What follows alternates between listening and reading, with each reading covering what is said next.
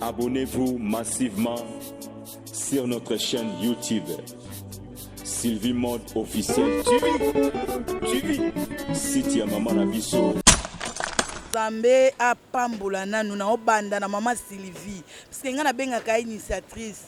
Donc na makanisi malamu oyo azwaka ayebi ndenge atikaka bandeko na ye awa akei kuna abosana biso te asangisaka biso ntango nyonso surtout na fin de l'année. Opesa vera bandeko na bango sourire na fin de l'année. C'est que kokabeza don kokaba babotama nango c'est que ya botama déjà na kokaba.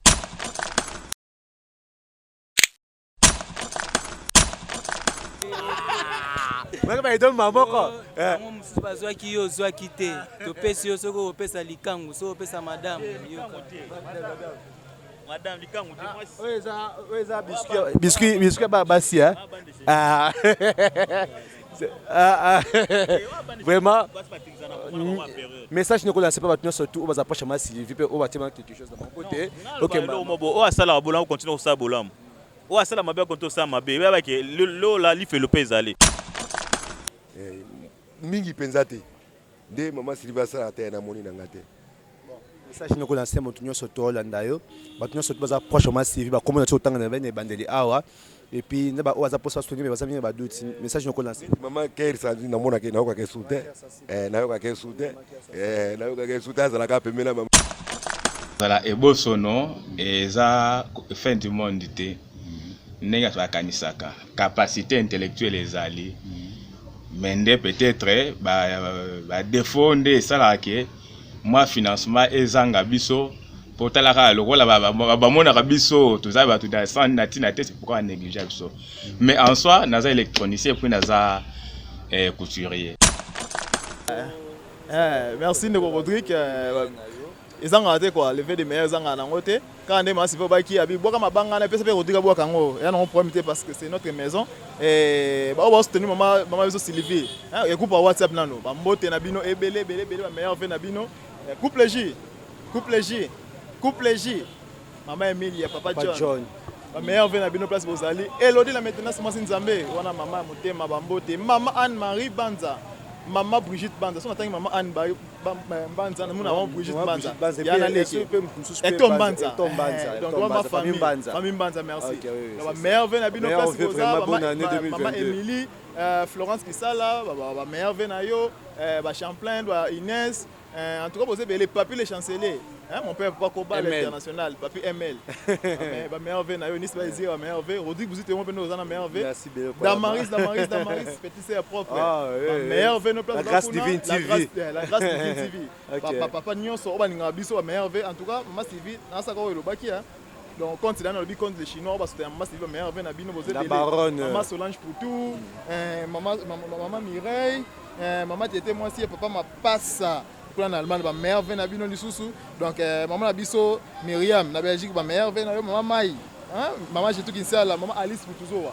En tout cas, posé Bélo sur notre temps, combo. Donc, c'était maman Noël Manzambi, maman, j'ai ce stade qui en tout cas, ça bien. Par exemple, la suite, aussi moi quelque chose, nayo. Obino qui était un musicien, ou non, Obina fêté, n'a pas diminué, n'a fêté en bazanga. Et ça là que bien, moi dernièrement, Damaris Simon, Maman Sylvie, année coulée, année passée, je crois. Tout ça gestement bien. En tout cas, nous avons Hollande, nous avons pas toujours proche. Il y a des moments où nous n'avons pas la proche, Emilia, Hollande, John. Nous avons pas la maman Elodie la maintenance. Hollande, nous avons pas la États-Unis, bon rétablissement, bon exon, nous avons rebattu là.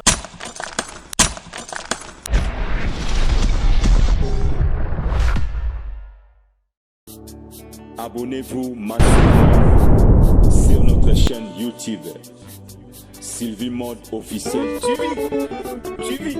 Site ya Maman Nabiso. Sylvie Lokeba. Bolingo ya handicapé.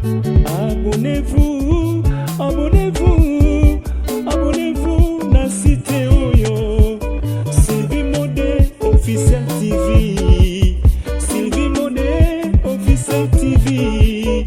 Boya, boss abonné. Na officiel TV. Sylvie TV. Vos abonnés na site ya mama na biso Sylvie Mode TV officiel. Boya kosabone, boya ebele. Boya hésité te, boya bosabone. Bosabone, bokozwa makambo ya kitoko. Bosabone, ba diversité nyonso ezali. Makambo ya kitoko, sans polémique.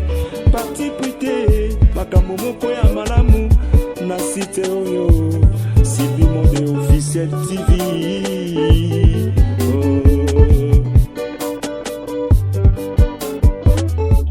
Site ya mama na biso Lukeba Polimo ya bendikape Mama Sylvie Ayeli biso site moko ya malamu Boya Bosabone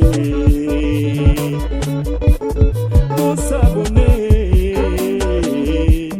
Bosabone YouTube oyo bozali komona ndeko nanga ezana makambo ebele ekotiko bebisela yo Saka ebele bon émission na Sylvie Mode TV officiel. Sylvie Mode TV officiel c'est la seule et unique émission où les handicapés où ça vraiment qui était handicapé base la visibilité dans le monde biso particulièrement ici à Kinshasa. C'est pas pour rien, c'est pas aussi hasard. Il y a un bon moment Sylvie initiative vraiment il y a quoi encadrer les handicapés aux approches des handicapés bande konaé baba za Kinshasa pe na RDC awa. Et yango mokomanda là to la festivité il y a Noël tiko les capé bientôt ils ont bonne année. Donc initiative na fondation na Asbel na Sylvie Mode TV donc handicapé. Et on dit que bon vraiment ensemble na ba partenaire na ba to soutenir chaque fois il y a comme quelque chose pour handicapés nous surtout parce avec Kinshasa comme d'habitude l'année passée au moment qui vient tout ça qui moi tour par centre nous avons un centre à Funa nous avons un centre à Mouchi pour déposer moi quelque chose va fêter malam et puis les lopes du sous faut c'est la possibilité de lancer Kimbela na émission biso et koleka et c'est azaki la possibilité vraiment mingité pour ta son handicapé na moke oyazui va sunga ki va salisa ki ne yango azaki initiative sur oyo ya bien ça handicapé nyonso out na Oshwe na Oshwe na terrasse ya maman madame Zola pour te remettre vivre et non vivre handicapé pour te fêter les premiers bango malamu vraiment ensemble na le cordon qui est ici présent ensemble na Belon Kwalama ensemble bon vraiment na maman Zolana toza awa et pour te tokabola biloko maye bandeko na biso batini à travers maman Sylvie moko sali effort et ta que maman pour te bana ba fêter malamu et on toza bon bandeko na biso awa je pense bien tout le monde ba jus ezali ba poulet ezali awa huile ezali sur quoi l'os ezali mungo ezali il y a encore beaucoup de choses au bon on va remettre pareil sur baza à porter va fêter le premier vraiment malam je peux dire merci vraiment d'avance je peux dire maman Sylvie merci mini malgré c'était sous la pluie que handicapé ba sous la pluie vraiment surtout na Oshwe awa mai tondi makasi déjà difficulté makasi pour te handicapé va traverser place toza awa la Oshwe za obuka na mbule betia makasi awa bokomalala moi difficulté wana eza makasi vraiment otoko yoka embouteillage ezawa et puis obi handicapé bango banyataka na se il y a des handicapés baza vélo te on était obligé aux moto et traverser bango tu es obligé moto traverser bango l'initiative ya cordon alors vous voyez ceux qui vont sur handicapé na ba vélo na ba beki et ko sunga bango ke so mbule beti ba na facilité vraiment ya ko tambola pe ko traverser ba place au mbule ezali mais rien ne manque que tobi ke ba toza e be na biso o handicapé bo sur handicapé côté maso ele kamala bon comprendre on a prince vraiment on n'a pas le choix mais donc Kwalama so bien à cause de l'image ya Oshwe alors tu vois déjà automatiquement biloko za ba jus ezawa biloko mso zo bimisa kuna kati ya ndako nde o bazo sunga ndeko na biso te peut ba fêter malam to saka appel à chaque fois na moto surtout ya bonne foi pour te sunga asbe ma Sylvie moto apporter handicapé au cœur moto pour ça que handicapé va avancer malam je pense que tout moi baje na biso ezawana bon mon nango ezawana association civile ke ba bolingo ba handicapé vraiment initiative na vraiment pour que handicapé nion surtout ça une facilité il y a façon de vivre la difficulté c'est accepter la différence et le respect c'est-à-dire à cette situation juste pour te bandi ma différence et respecter bango je pense que les handicapés va respecter te na banzela la faut place ba vandi ils sont pas respectés alors avec osenga mutaba bala mutako finga mutako dénigrer mutako minimiser yango civil qui va ça penser que bango tout va ça bongo te hein alingi bango bazala accepter la différence pe bazana respect compte tenu ya ba valide pe bato mosusu oyo babeni mise ya bango. Alors to eza ba ju déjà de to kabolango awa moto moko pote afete malamu moko le premier nzambe apambola mama Sylvie Lukeba, nzambe apambola bato nyonso tout oyo bachema quelque chose na bango pote réalisation oyo et c'est passé mon commandant au toza awa Kinshasa précisément na Oshwe pote bato afete malamu vraiment le premier. Merci beaucoup na moto nyonso tout nzambe apambola bota na bino misabo salaka ata bino place bozali vraiment o bazan comme besoin nzambe a réaliser pe a kokisa yango. Alors toza na Julio awa déjà ye bientôt kende pote boyebi ke ya artiste vous comprenez ça il y a des artistes tout le interview va dire déjà Boni bien. Alors sentiment nous avons na art au mama Sylvie a posé na bande ko na soutenir rien. Bon sentiment est belé hein. Abibi faut que lena batwal faut que pesa merci na muto a penser na bino. Donc à travers la fondation, à travers les partenaires nous c'est maman Sylvie. Donc tout ça est merci belé parce que bah belé na Europe wana. Beaucoup babada ba normalement en Colombie balé mais penser tant en côté. Mais un handicapé bah penser na bande ko na handicapé en tout cas. Coup de chapeau malgré tout na matongia makele les bêtes mais c'est forcé ko yara donc nzambe apambola donc alobe belé za nzambe ka apambola sika moko na moko ati parquet na bisi beaucoup na ati na pasunga œuvre ça il faut ma benza mapambola ba. Alors message une peu relancer handicapé super ça peut la possibilité comme Sylvie mais va penser bien handicapé. Non, et là question à cœur. Mutu ala mfaso mimi la maramna mtema. Ba força mutu pas molité. Li pas même ba racharango. Tant yo moni ke uzana ngomonge belé au préféré. Au sala ambiance na o. Tant be talika yo moko. Donc o amona ke na bonne cœur. À soutenir. O pas amona ke na bonne cœur té. Tout ça tout temps là au sala té. O ko forcer mutu lo té. Il ba força mutu lo so forcer mutu lo. C'est que et comme ndenge mususu li pas mboli ba racharango. Que no bazwa pas mona Fox.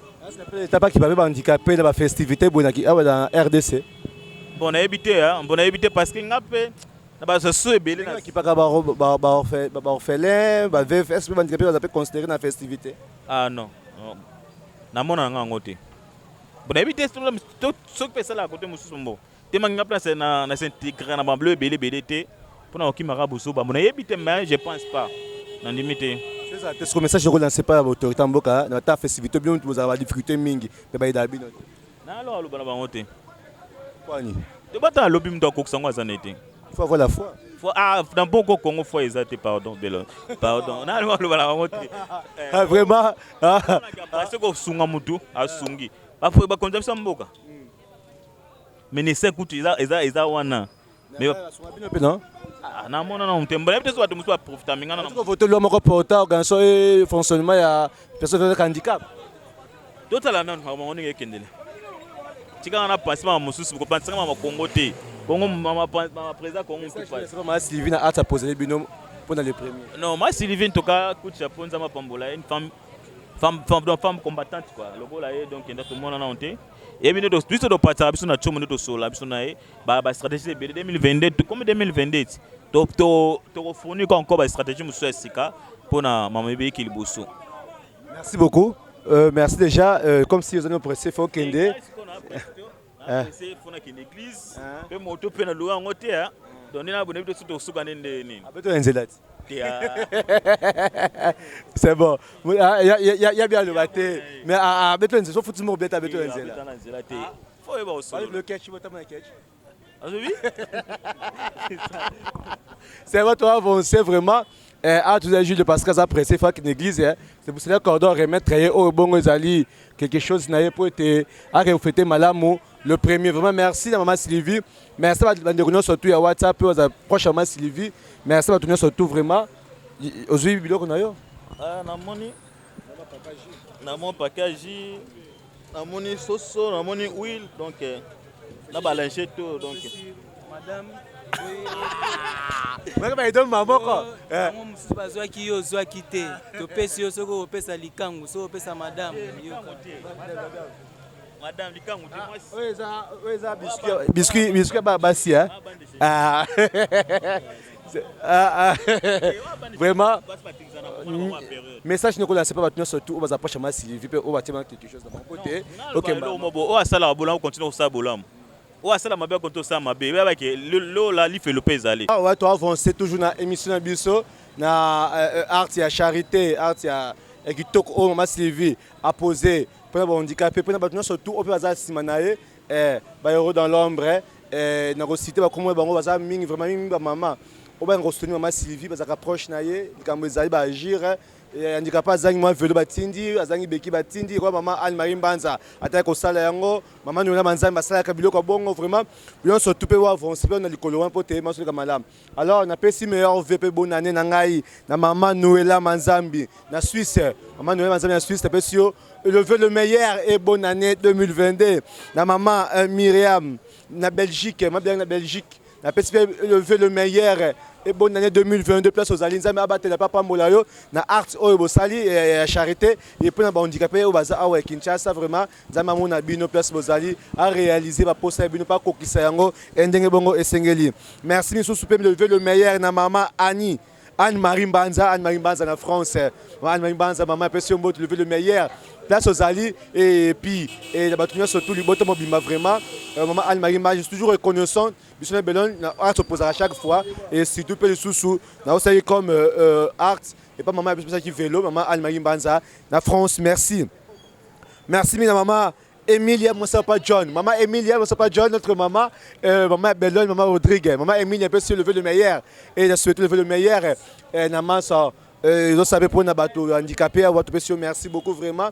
Merci Nzambe ya pambola bino pe bakisa o ezanga libota pe papa John place azali lever le meilleur et bonne année papa John place aux maman Emilia tu es là où il y a trop maman vous avez monté ma biso na Bellon votre boss na hoté vraiment merci sous souper lever le meilleur na maman Maï na Allemagne maman Maï na Allemagne na pesio merci na art opposé peut quelque chose de check awa et peut lever le meilleur bonne année 2022 maman Maï na Allemagne et puis sous merci na maman Jetou Toya na Allemagne maman Jetou Toya na Allemagne na peut souper merci d'avance na sali comme art bosu maman Sylvie peut être réaliser mon commande là vraiment merci vraiment maman Jetou Toya na Allemagne et puis na présenter sous lever le meilleur et bonne année na yo maman Jetou place aux ali Nzambe ya pambola pe benisa a ko ça pour ça 2022 vraiment et puis sous merci maman Alice Kutuzoa na Allemagne maman Alice Kutuzoa na Allemagne vous avez bien Allemagne hein maman Allemagne vraiment parce que nous je veux le meilleur et bonne année, année à prospérité, longévité et puis la bénédiction, la grâce et puis la relation est bien vraiment et s'accomplir. D'abord moi na bino pe na libota na bino maman Alice vraiment le veut le meilleur et place aux Alpes merci na Oyo Osali. Et puis papa Dadi Pelani na France, papa Dadi Pelani na France, na Pesio. Merci on se maman Sylvie et puis le veut le meilleur. Place aux alliés papa, bonne année 2022, papa Dadi, Pelani na France. Papa Dadi, Pelani na France. La place aux alliés vraiment, nous avons pambola yo, maso le kamala, mon père réaliser ma projet na yo, au conseil 2022. Merci beaucoup vraiment, ne bostoni maman Sylvie. Et sous merci makasi na maman Mireille na Belgique. Maman Mireille na Belgique, place aux alliés, na place d'abord merci et puis le vœu le meilleur. Bonne année 2022 et Tenza Pambola Bino a réalisé ma poste na bino vraiment na 2022 au moins ça réalisable vraiment pour Tenzambe a son bino na art bo poser charité na bino besoin vraiment pour son handicapé Zambia Pambola Bino vraiment maman Mireille na Belgique maman Tété moi si ya papa ma passe en Allemagne maman Tété le comme makasi na yo quand maman Tété vraiment parce que son beauté. Vous avez pu lever le meilleur bonne année 2022. Et nous avons pas mon maman Tété, na papa ma passe en Allemagne.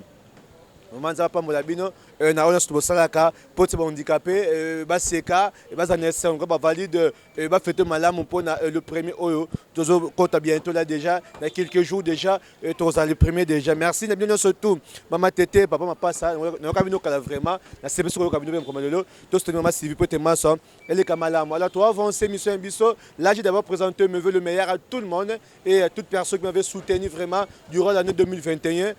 Maman Emilia, maman Anne-Marie Mbanza. Banza, maman Blali Machanga, tout maman nous surtout aux proches nangai. Bon c'était maman Sylvie Moro vraiment. Merci de nous soutenir en 2022, en 2021 oyo. Je pense bien que super Koya en 2022 tout tamboula ensemble et toute personne aussi qui a la bonne volonté, qui a la volonté aussi vraiment d'aider les handicapés à travers ma Sylvie, vous pouvez prendre le contact pour contacter pour que sont handicapés oyo. Bazaya biso awa, bazaya discuter belé et puis avec le temps pour découvrir. Voilà. Nous avançons, on a intervenu na biso, maman tout le monde bango awa et puis ça doit sucrer bango déjà ça maman Marie, awa, beka o aider na pour sa kit standing sima au soanga. OK. Maman Marie Boni. Bonjour papa journaliste meilleur Benayo. Merci pareillement. Alors, les autres, on a Oshue, maman Sylvie, ensemble, on a combo à papa Dadi Pelani, Alice, maman Alice, Nalman, vraiment tout le combo à maman Almarie, maman Emilia. Ça les fort ensemble, maman Sylvie, pour réaliser le combo fêté madame le premier et salut Ndengeni. Merci beaucoup, vraiment, j'espère que vous et malgré tout, nous avons maladie, nous avons bien et on a sourire, nous avons la même vitalo. Nzambe apambola nanu na obanda na mama Sylvie parce que ngana benga ka initiatrice donc na makanisi malamu oyo azwaka ayebi ninga tikaka bandeko na ye awa akei kuna abosa na bisote asangisaka biso tango nyonso surtout na fin de l'année na bandeko na yo baza pembeni ti mama Marie Banza nani mama Noela Manzambi mama na biso Emilia vraiment ba mama wana donc naozanga moya koloba na bino nzamba mona bino mama na obo sala et puis esuka bongo te to belela ba mama boze belé bosala o bandeko na bino pe ba osala na bosani pete mesela be na biso donc yo ozaka pena mama na biso bosala mama Sylvie te bosala ka pena mama Sylvie bosunga mama Sylvie 100 francs na bino bopesaka e koma na maboko na biso yango bomona kaka tozomela na bandeko na ngai ba mama ya bolingo bientôt bazokoma bomoni citation to ana ngo ya mvula awa na ba mama pe ya fondation ya mama Sylvie bango bazana na ba papa même donc tozana joie makasi nzambe apambola bino 2022 ezala vraiment ya sourire na mabota na bino nyonso nzamba pesa bino posa motema na bino nzamba kokisa ba posa motema na bino en tout cas nzamba mona bino na bengi pi ba o ba komi na nuté bon mona ka mama Sylvie bon mona mama Sylvie en tout cas nyonso eleka malamu merci beaucoup donc ba bonne année na bino nyonso ba mama na ngai donc na ba papa na ngai nyonso bino nyonso vraiment na tombeli bino bonne année et là merci beaucoup vraiment. Merci maman. Alors même suspect baza comme Sylvie na Allemagne na États-Unis baza na Canada mais baza initiative à boeto basala kango pour les handicapés. Mais ça qu'on est à chaque moment il y a toutes les activités pareilles et c'est pas ça à travers maman Sylvie bandeko mususu. Yango kana osenga mingi na sengi pi ba mama oyo bakozwa occasion ya olanda émission na biso oyo en tout cas parce que numéro ya mama Sylvie ezaka nango affiché na ba émission na biso nyonso to salaka donc ba mama oyo bokomi na nuté ba mama oyo bakolanda émission oyo na ba papa oyo en tout cas bosale tout boluka mama Sylvie donc kane mama Sylvie asalaka bosungaye po eza malamu bandikape toze belé malgré tout Kinshasa mobimba na kokisi te mais azana volonté ya kosala même donc ce makoke ezali aosala même si na ba province torokende biso pe torozwa toke pe na ba province toropesa donc aza vraiment naibité ce ba mama bongo ba kokomata 10 donc ce kokomata 20 pembe na ye j'espère que année prochaine naza continue torokoma pe na ba province na canal maman Sylvie donc torokoma pe na province. Merci beaucoup, merci toi avancé beau comprendre ça vraiment en pleine vraiment avenue Oshwe, embouteillage Zali, Mboule Tigobeta, vous savez, qui nous pète comme les gens le disent toujours, qui nous pète mais on voit rien du tout, on voit rien du tout, mais qui nous pète en haut, au chemin et tout, on dit bon, les gens n'arrivent même pas à traverser Nakmakadam. Alors je salue et je présente meilleur V et bonne année, le seul et l'unique en son genre, conte chinois, Karine Mokonz, la baronne. on souhaite bonne année maman et puis le vœu de meilleur nous avons pas béni ça maso oyayo et que liboso la baronne Karine Mokonzi lycée Hélénique. Alors toi avancez toujours na etorvi na biso bande ko vomé c'est bon esengo ya komona maman Sylvie asali arts moko ya charité, arts moko ya reconnaissance, arts moko kitoko va fêter malam vraiment le premier. Alors, on a des boules. Des boules, nous avons des boules. Alors, des boules, bonio. Oui, nous avons bien Angola, Zambé. Des boules, le awa, tous on a au choix, maman Sylvia pense que nous pouvons fêter malam le premier. Nous avons des commoussus au temps du combat, au lieu qu'il n'y ait pas de pendengeni. Bon, nous avons vraiment tellement de joie makasi parce que comme on a une initiative à Boye, ndeko na biso moko aza handicapé alati souci ya biso po apesa biso esengo na fin de l'année ya tchaka te eza ebele baza kola ye baza pela ba moyen be basali yango te mais dès que tant muta bimisi likanisi osala eloko boye ya opesa vera bandeko na bango sourire na fin de l'année c'est que kokabeza donc kokaba babotama nango c'est que ya botama déjà na kokaba yango na vraiment na osenga vraiment nzamba lola oyo apesaka bato souffle de vie a continuer kopeseka souffle de vie apesa ba raisonnement ya malamu oyo aza nango à travers bandeko na ye yango vraiment oyo akoloba vraiment mingi eza te na osepela vraiment na nzambe oyo lisusu asala biso akela biso a continuer kopesa ye oyo azoluka a continuer kopesa ye oyo azoluka en plus mpe baproche na ye oyo baza penepene na ye ndenge bazokanisa te na ndambu nzambe akoba kopesa bango po balobi liboko oyo ekabaka ekaukaka te ok ndenge okaba toza ne bandeko te toza ne papa mama moko te mais tobotami toyo oyebana kaka kala mingi te mais alakisi volonté na ye amour azwi quelque chose à raisonner biso vi ke bato ebele bazolokola ye oyo mpe baleki na mbongo mais basali eloko te eza hasard te na mutu nyonso yango na osepela mpe nzambe apambola bandeko nyonso bazala tout autour na ye. Merci de boule, merci à le bien et vraiment le beau épée saka beau comprendre ce place tozali beau comprendre biso vraiment ce n'est que normal là tozali des boules le mot très important le vœu le meilleur na batunion surtout le vœu le meilleur na Belon Kwalama le vœu le meilleur et puis bonne année na cordon et cordon toujours et yé mutu son rabi so maromi ba action mix parce association il est là toujours avec nous ensemble et bonne année na EP cordon na Belon Kwalama. Alors toi avancer na ko santé ko souhaiter sous bonne année ma casse vraiment na batunion so ba merci bien ba répondre bientôt là pour la chombo batu ya WhatsApp ya Sylvie, notre WhatsApp ya Sylvie. Après Sylvie nous a présenté le vœu le meilleur et puis bonne année 2022 vraiment n'abi que vous réalisable moi sur Sylvie et je pense toujours que comme il y a bientôt là avant que ça WhatsApp tu sur le peut ça échange égalité. Alors nous surtout maman Anne Marazawana, maman Noëlla Mazawana, maman Emilia, maman Blandu Machanga, maman Jetou maman Alice, bon, surtout Bazawabi, que on peut voir ça quelque chose peut-être. Nazar un téléphone, il y a bien été vraiment. Hein? Sur le téléphone, il y a bien et ça a plaisir tous ensemble. Alors, Beka, toi, avancer l'interview malgré moi, je suis bêtise, mais je suis bêtise.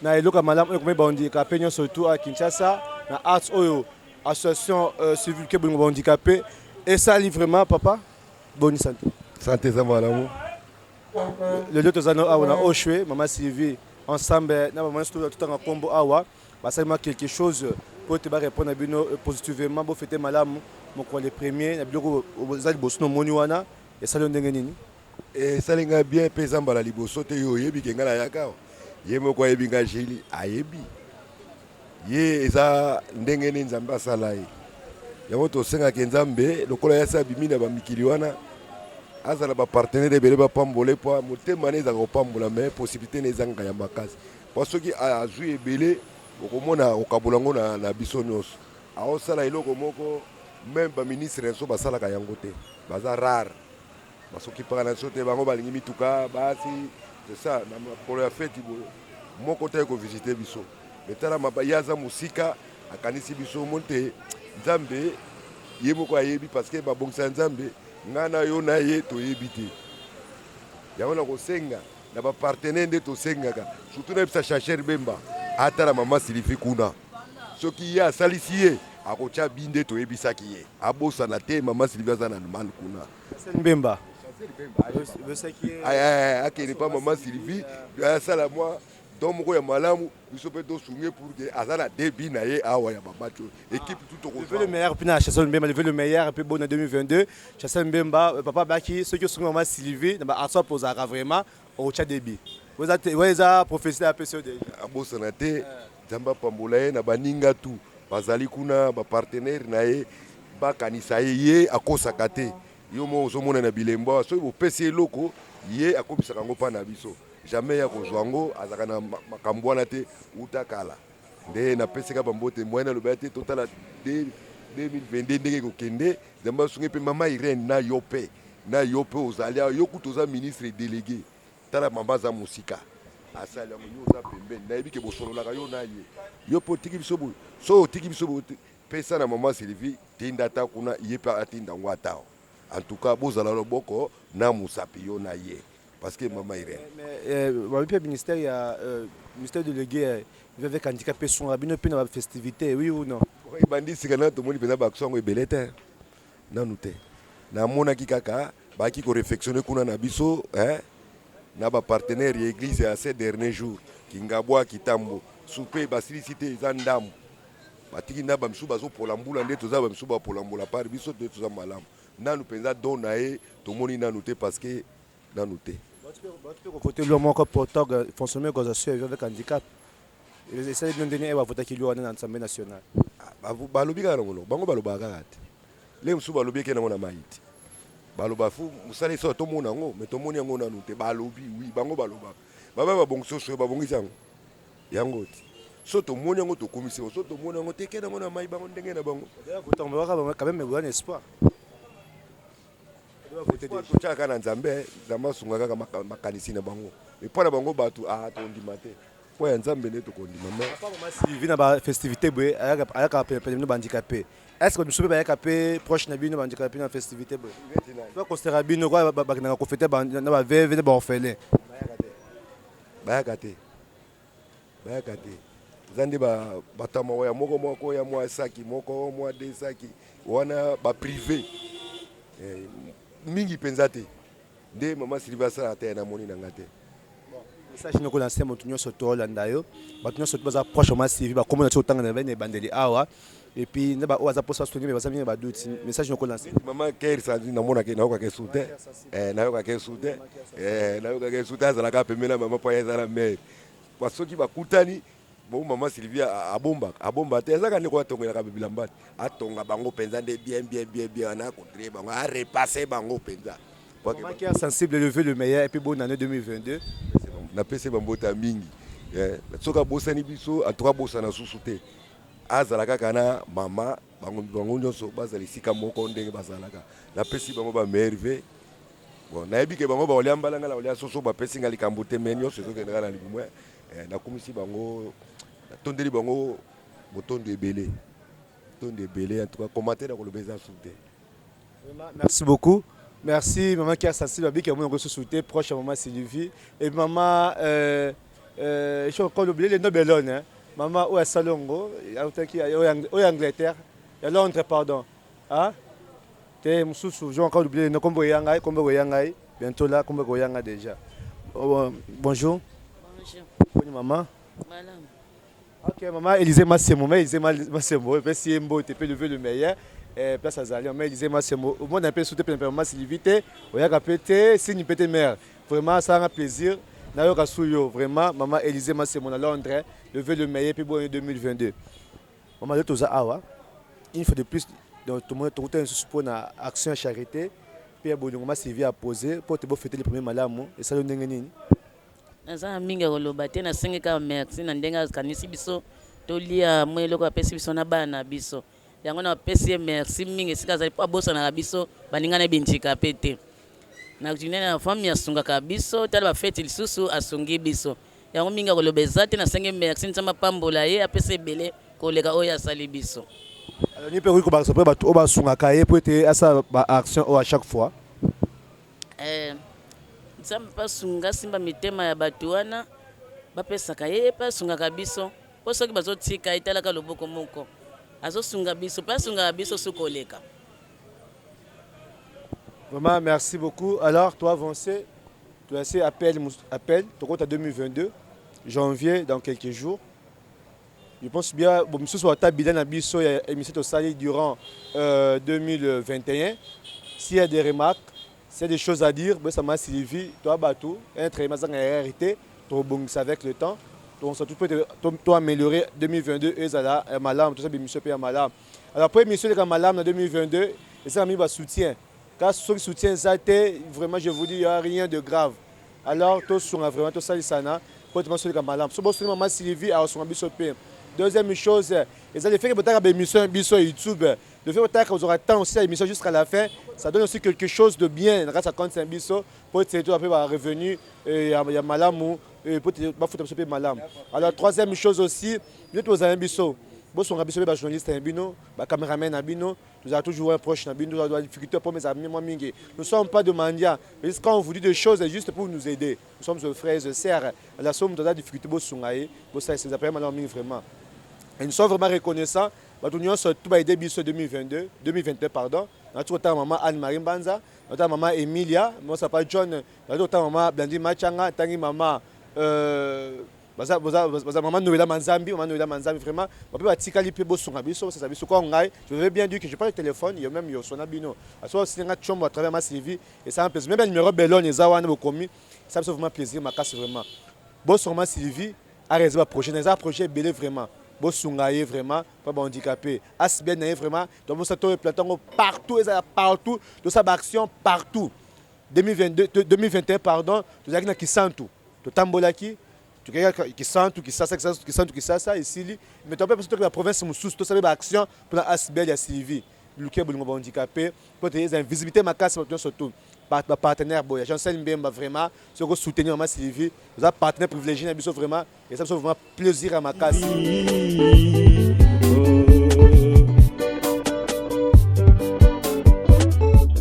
C'était à maman la biso, le keba, pour le moyen handicapé, maman Sylvie, aïe biso, c'était mon koya malamu, boya, bossa bonnet.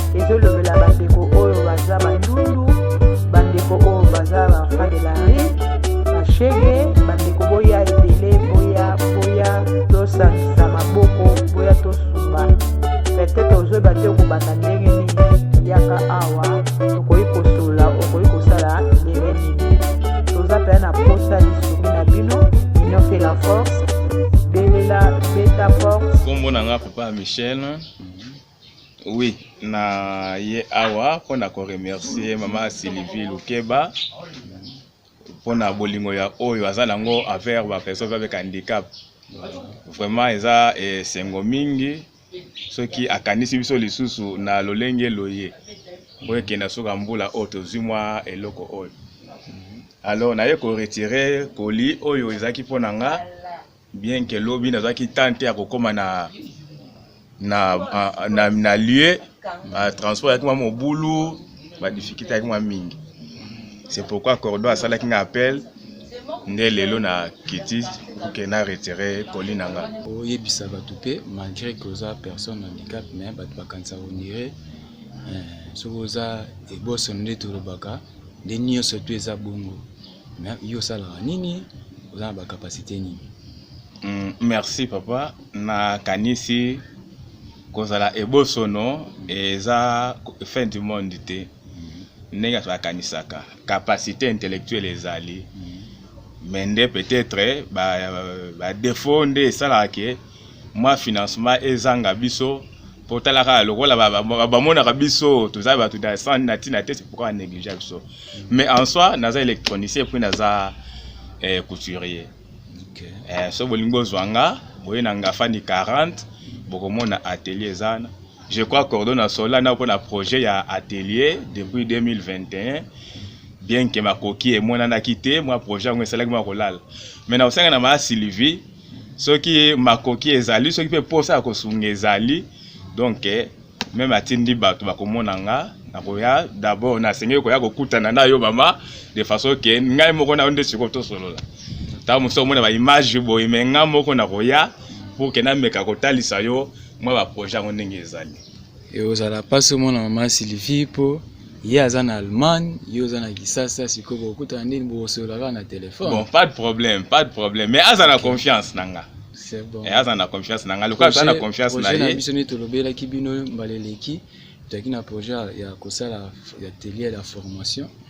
Ye aza parmi ba formateurs parce qu'atomanga déjà. Donc ya mona mais to rataki kosala yango na 2021. Je pense que ceux qui nzamba sungi makoki tozo senga et kangami tokosala yango donc a formaka pe bato aza na atelier ma encadraka bato na cadre ya église catholique bazwaka nani encadrement biso pe toprofitaki lokola aza ya biso azala pe parmi ba encadreur wana na projet na biso nzamba osunga comme ça projet wana tozala yango tozosenga kaka makoki na bino soki mwa eloka moki ezali contribuer pour un projet na biso wana ya centre de formation pour les personnes vivant avec handicap. Voilà. Merci beaucoup, bonne année. Merci Cordo, bonne année na binope. Merci. Na bande ko nyonso pe. Mais là on a kosenga kaka personne vivant avec handicap aye bakaza mutu loka mutu nyonso. C'est-à-dire ceux qui ont une capacité à cause formation ezali luka ba centre bisika oyo omoni ke makoki ateza mingité ceux qui yesika bande ko handicapé bazali toza na bolingo oyo mama Sylvie azoko lakisa. Jo papa mais na sepeli pona mama Sylvie Lukeba pona eloko asali pona biso wa personne handicap na sepeli mpena makasi lobi tozwaki nde tante ya koya mais yango Cordo abengisi biso lelo nde toye awa po toye tozwi biloko na biso sepeli bona ne nzambe apambola ye awumela tikino seko na seko. Ok, merci. Yokombo nani? Ngakombo nanga Luyalu Melipama Isei. Bofandi wapi? Afandi na Munga Fula na quartier Kimbondo, avenue Juma numéro 34. Vraiment nous sommes arrivés à la fin cérémonie nabiso ya mokomalelo. Je pense bien va to clôturer cérémonie nabiso de plus seulement malwa mukina en cordon et aki ozanga ya rolobate beka soki peut-être ko soma kit moko cordon ozanga rolobate pona action oyo toposé mokolo ya lelo au niveau ya Asbel, c'est lui qui dirige l'Asbel au niveau de Kinshasa et celui qui est là a dirigé biso au niveau de Kinshasa au niveau ya Asbel si vous voulez vous handicapé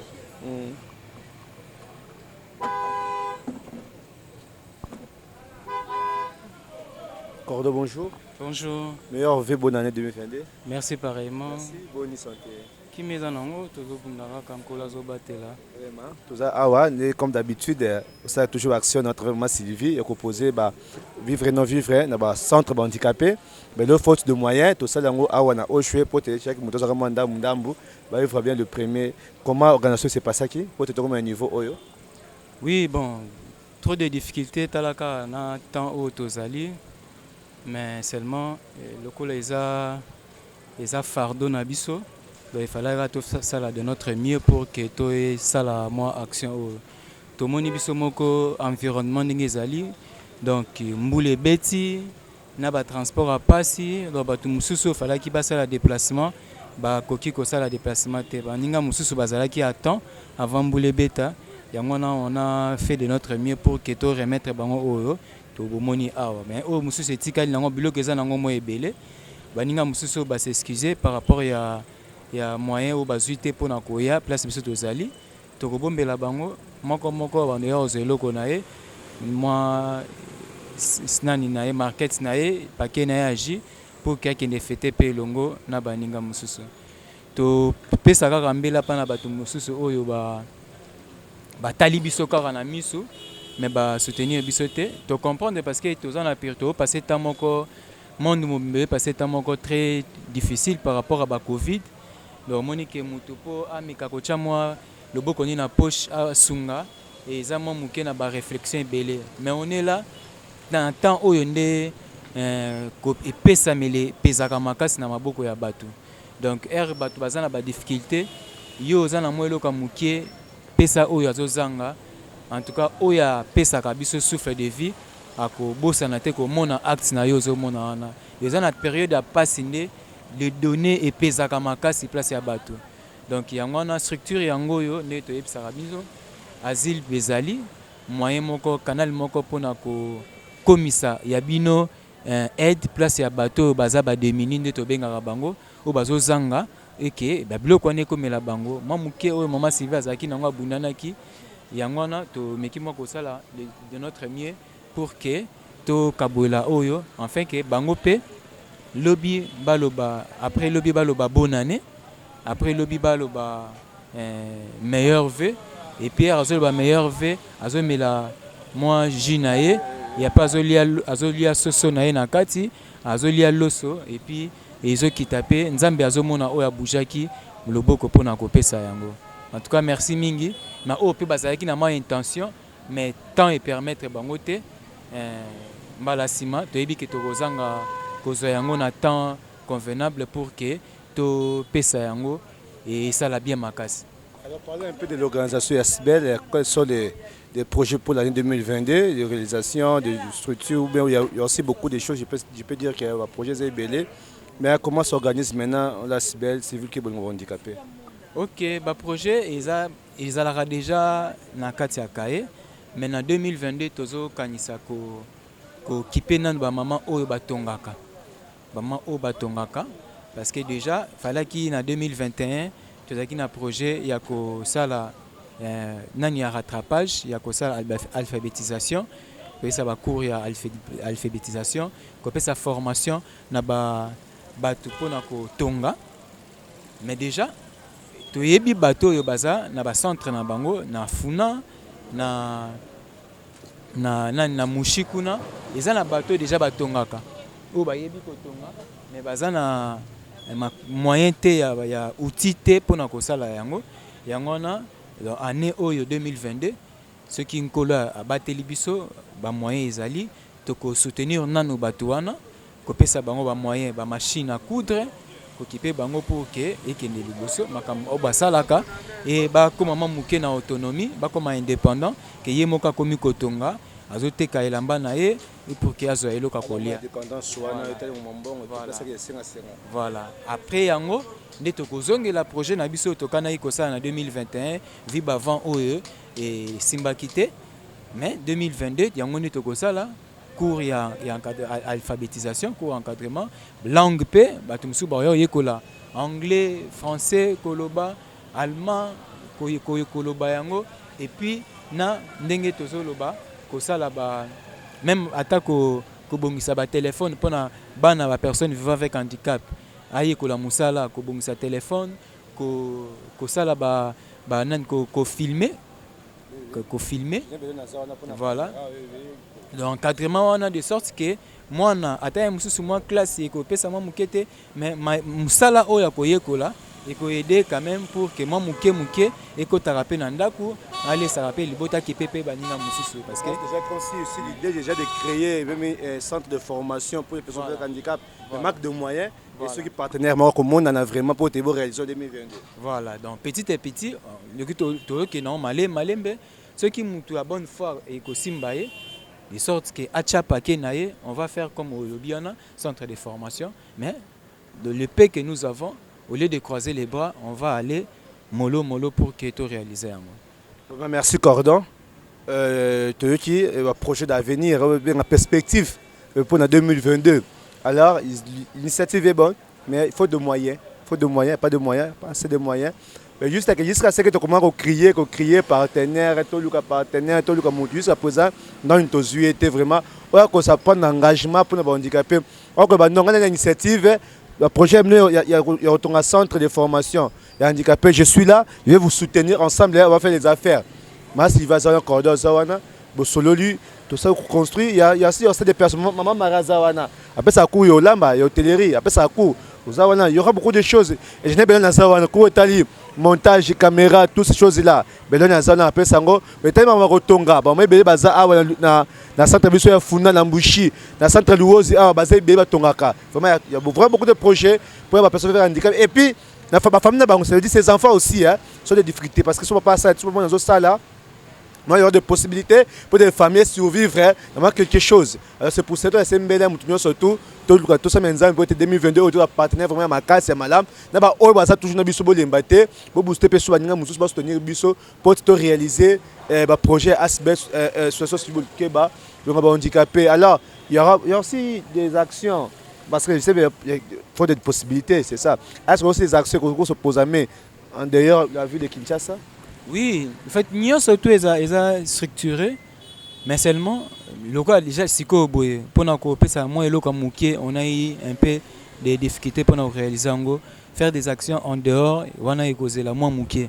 Mais to éviter 2022 là on est les bombes la biso ceux qui mon pépé oyo il y a Covid et leki et que batu ya bonne foi c'est pointé pour que pesa biso main forte on aura des actions na Kisantu na Bandundu, on va y aller mollo côté kuna toyebi que la personne vivant avec handicap bazali bazozanga pe soutien tokomona bango toko soutenir bango topesa bango ya bango mo makasi mayele pour que basala donc ceci na biso ezali personne vivant avec handicap azala quand même na moi capacité ya kosala mo eloko ya kosala eloko na ndenge ni ya kosenga kaka te mais ya ko capacité na intellectuelle ezali donc atonga il y a ba coordonnerie bazali donc asala musala de sorte que et kosenga ezala susu vina été mais à comme la vie abanda ko produire o yaza nango na katina o yé à quoi apprendre de sorte que mambongo wana et soutenir libota pe vina et voilà un peu. Merci Cordon. Merci beaucoup. Merci. Ba meilleur vena na visionnaire ya Asbel Mama Sylvie Lukeba Nkolo a pesa lisusu santé malamu et puis 2022 ezala kitoko makasi de sorte que o nyesu tozoloba to tchango en pratique et puis bato nyesu tout ba oyoka biso ba meilleur ve na bino tozali ceux qui mo eloko ezali boyeli biso yango de sorte que un petit rien donc quand ça te est-ce que $20 on a zanango eko servir biso est-ce que $10 eko servir biso parce que $20 $10 on a ça là que tout somba riban tout somba mettre tout somba et lamba de sorte que mutumo ko apprendre donc et c'est important makasi o nyeso za nango o yozo kanisa un petit rien on a ça la geste et vous avez loka makasi na mama munoko na biso balobaka eloko ya muke yango nde kotaka na liso. Donc eloko ya muke yango ozo kanisa ke voilà wa muke lo amunene ekota na liso te mais ya muke ne ekota na liso yango e déranger muto donc wa muke wana pesa biso e kosala biso bien donc voilà un peu 2022 tozela bino à bras ouverts de sorte que aide na bino et ça la action makasi na structure na biso na action asile pour que batu o baza ba démuni ba recevoir yango et aider bango makasi. En tout cas nzamba batela biso. Merci beaucoup. Merci Cordon, merci Bélan Kola Mabeka. Oui, tu peux venir. Tu peux venir Beka parce que le 2 allait presque dernier jour. Aussi c'est 2021 et puis Beka peut Azawana paix. Et là ces personnes, il y a représenté vœu de meilleur na bango et puis nous surtout soutenir biso. Je pense bien que le message accordé l'équipe aux machines à aux ordinateurs aux machines à rotonga nous surtout ça dans tinda on va partager, on va faire un centre de formation. Peut-être on va apprendre l'informatique, on va apprendre comment filmer, on va apprendre comment cotonga. Et les enfants, alors, vraiment, peut-être, handicapé, bango, basangati, bakesuko senga penzati. Beka, bonjour. Bonjour mon frère, téléspectateur, bonjour bande de biso na émission na biso. Na chaîne na biso Sylvie Mo TV, chaîne moko le blaga mingi handicapé, bino boye beza bino humble serviteur, belon ko ma beka triple option. Tout là moi bien té, mais le quoi la dernière émission à la fin de l'année, il a fallu to quota, moi meilleur ça là bien. Avant na banda odik no sanga nelo moko bo steni no ma biso Sylvie Lukeba. Chaque fois na ba ke musavon sur longité. Maman Sylvie c'est une personne avec handicap. À ça là wa go ça la mais elle est vraiment limitée. To senga ba soutien pourquoi parce que presque ba moi belé to travailler presque ba moi be bon émission ndiko Rodrigue ko te émission ndiko belon ko te auto filmer la bino zo ko tate quand dit que maman amakoka te antoine on senga la bino ba landa biso me ko soutenir maman bo soutenir maman la biso bo soutenir ye bo pesa quelque chose ba $1 bino contribuer ka en tout cas et comme maka asala ngo musala pour maman Sylvie ko ate mo ka sali ba futi Rodrigue futi belon na futi boy futi ba ko ate mais bino so boy na ba soutenir bino en tout cas et ça maman biso bien elle bosso na sengi no soutenir bino puis yemi beno ba merci na ba soutenir maman na Sylvie pour réaliser eloko réaliser mingi basala yango te no ba chaque fois mingi ba chaîne YouTube ebelaka balobelaka ba point d'interrogation bien boyebi mais maman Sylvie Luke balobela mingi ba handicapé mais on a toujours que maman oumé la chaîne qui est toujours de l'avant nzambe a continuer opambola yo o eza yo mwana belon kolama et na ko boka tanga banga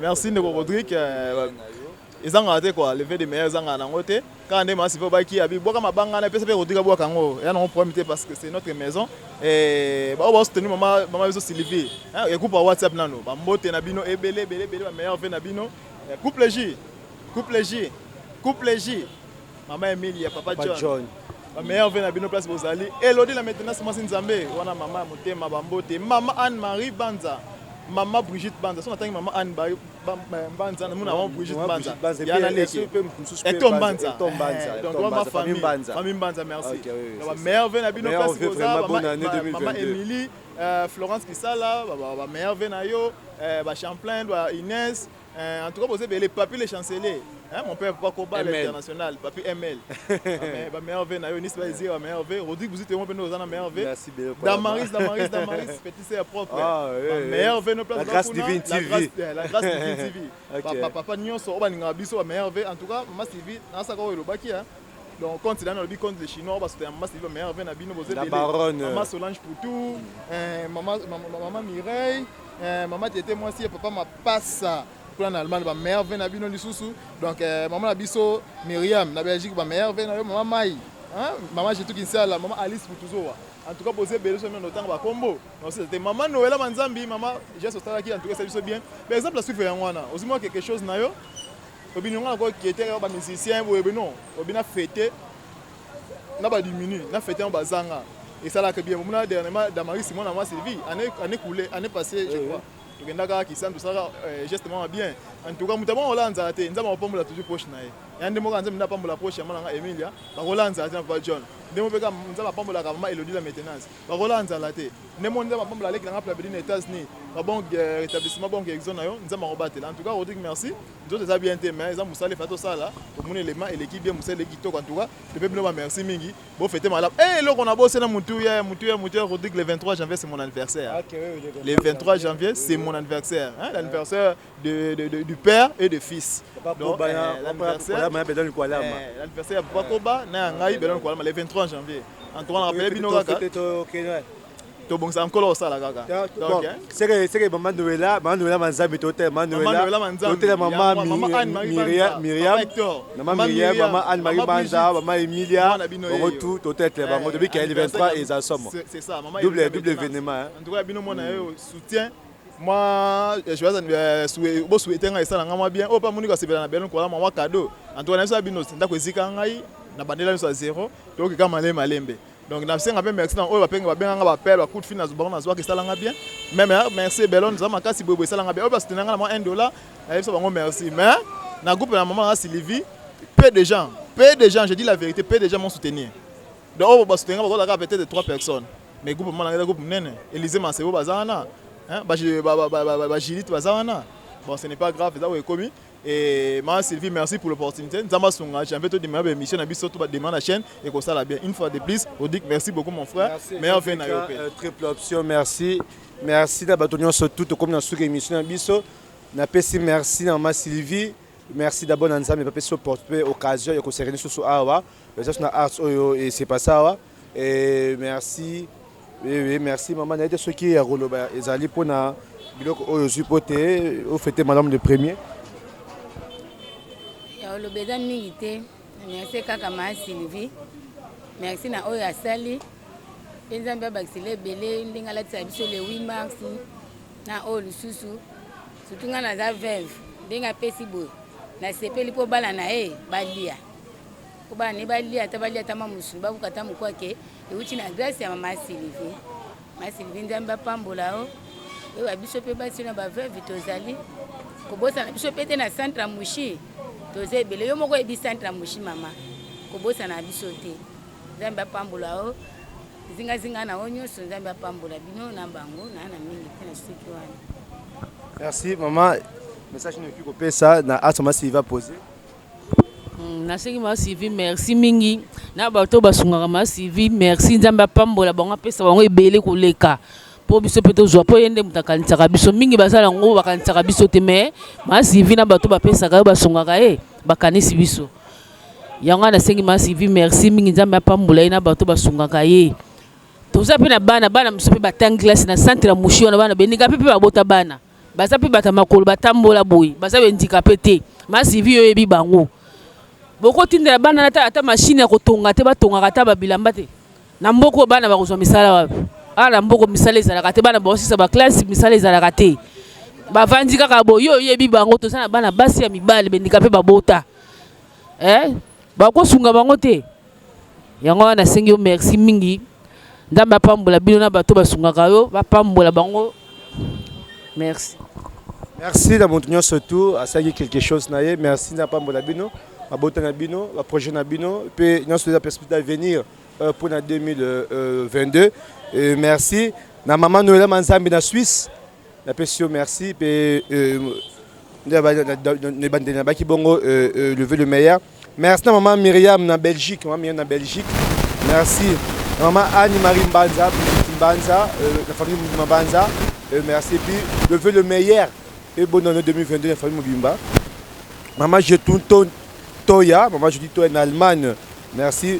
Maman Emilia en Allemagne, maman Emilia Masapa John en Allemagne, merci. Maman Maï en Allemagne, venez surtout en Allemagne vraiment. Vous avez belé, maman Alice Koutuzoa en Allemagne, vous avez tellement bien en Allemagne vraiment. Donc, un plaisir. Papa Dadi Pelani en France. Papa n'a pas su merci. Maman Sylvie. Maman Solange Mpoutou dans Londres. Continuar. Karine Mokonz, la baronne. Monsieur Elinique en son char. Vraiment. Merci vraiment. Maman Tété moi si à papa m'a pas ça en Allemagne. Et puis surtout merci. Merci vraiment. Nous surtout toujours là ensemble avec vous. Je fais tout de mon mieux. Par remarque, par reproche, vraiment. Et sont plutôt en 2022. Alors, donc le encore. En tout cas, merci beaucoup. Merci na bao bazwa ki makasi ya koya pour bazwa ya bango. Bonne année. Donc bonne année na batunia surtout. Ciao.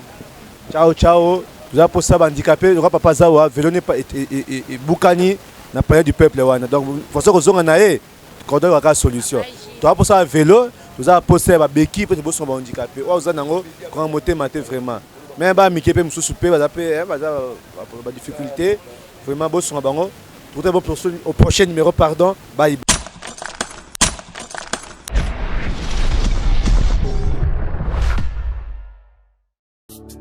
Abonnez-vous maintenant sur notre chaîne YouTube. Sylvie Mode officiel. Tu vis. Site ya Maman Nabiso. Sylvie Lokeba. Bolingo ya handicapé. Abonnez-vous. Abonnez-vous. Abonnez-vous na site oyo. Sylvie Mode officiel TV. Sylvie Mode officiel TV. Boya, bossa abonné. La officiel TV Mode Sylvie TV. Bossa abonné. s'abonner na site ya mama na biso Sylvie Mode TV officiel. Boya s'abonner, boya ebele. Boya hésiter te, boya bo s'abonner. Bo s'abonner, bokozwa makambo ya kitoko. Bo s'abonner, ba diversité nyonso ezali. Makambo ya kitoko sans polémique. Parti prité, makambo moko ya malamu. Na site oyo Sylvie Mode officiel TV.